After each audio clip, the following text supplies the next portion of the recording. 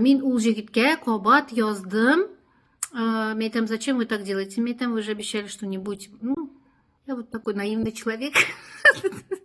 Ой, вообще, шакпаттан мен өзім сөйлеймін, өзім күлем қазір өз-өзімнен. Ну, бұл сізге сабақ болсын енді башқаларға.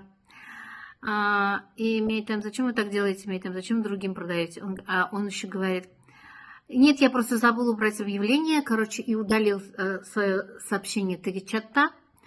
И, в общем, все. Ярар. Мен бетінде хоман шанам әлі мыңа.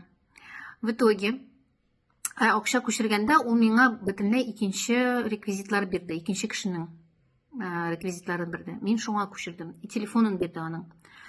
И меня единственное, что был, это вот телефон вот этого человека, которому я деньги перевела. А у этого человека, который вот этим обманным путем билеты продал, у него номер не видно в Телеграм, да. В итоге мен ол билеттарны көрсетем, кассада эшләүче, Камал театрында эшләүче бер, ну, таныш ханымга. Ол миңа айта, это подделочные билеты, ди, у нас нет такого варианта, ди. То есть в новом театре таких мест нет. Там по-другому все устроено, в общем. В общем, из-за этих... А остальное, главное, все похоже. И единственное, кичкенә хәрефләр белән организатор мероприятия совершенно другой стоит, не Камал театра. Мен аңа игътибар да итмәдем.